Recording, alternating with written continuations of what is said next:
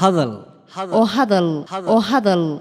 oo ku hadal bishii oo dhan $7 oo kaliya ku darso fariin kasta oo aad dirtaana waa ku bilaash haddaba si aad ugu shubato adeega kaafiye fadlan garaac xidig 8 eber 8 afargees ama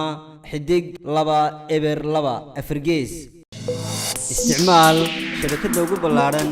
geyga Soomaaliland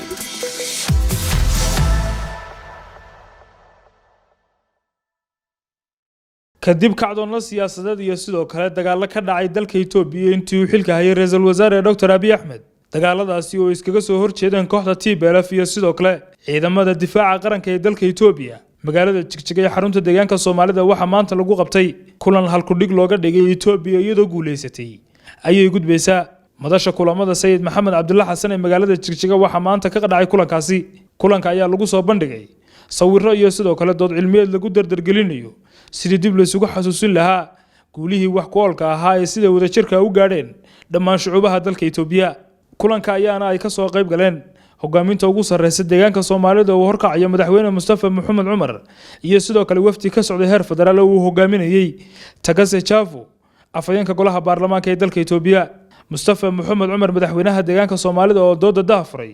waxa uu carabka ku adkeeyay inuu ku faraxsan yahay in dood cilmiyeedan lagu daahfuro maanta magaalada Jigjiga isla markaana lagu wareejin doono dhammaan caasimadaha waaweyn ee dalka Itoobiya inkasta oo magaalada Jigjiga ee caasimada deegaanka Soomaalida ay muddooyinka ugu dambeeyay sameynayso koboc iyo sidoo kale isdhexgal ayaa magaalada Jigjiga waxa ay inta badan martigelisaa kulamada waaweyn ee sidan oo kala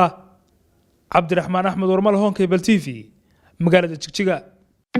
dahabshiil oo la jaan qaadaya isbeddelka tiknoolajiyadda kuna fududeynaya hanaanka aad lacag u diri karto waxa uu hadda kuu soo kordhiyay in marka aad lacag dirayso aad ku bixin karto kaarkaaga bangiga dhammaan xarumaha dahabshiil ee qaaradda Yurub abka dahabshiil oo aad kala soo degi karto Play Store iyo App Store ayaa kuu sahlaya in meel kasta oo aad joogto aad lacagaha si fudud uga diri karto sidoo kale website-ka dahabshiil ayaad si fudud lacag uga dhex diri kartaa goob kasta iyo goor kasta lacag kasta oo aad dirto waxa uu qofkaad lacagta u dirtay sikimo gudahoodu ku helayaa adeegga e-dahab ee moobilkiisa gacanta waxa loogu shubi karaa akoonkiisa bangiga dahabshiil amaba waxa uu ka qaadan karaa dhammaan barnaamijyada dahabshiil ee dunida taxalladeeda dahabshiil hawl fudaydiyahaaga maaliyadeed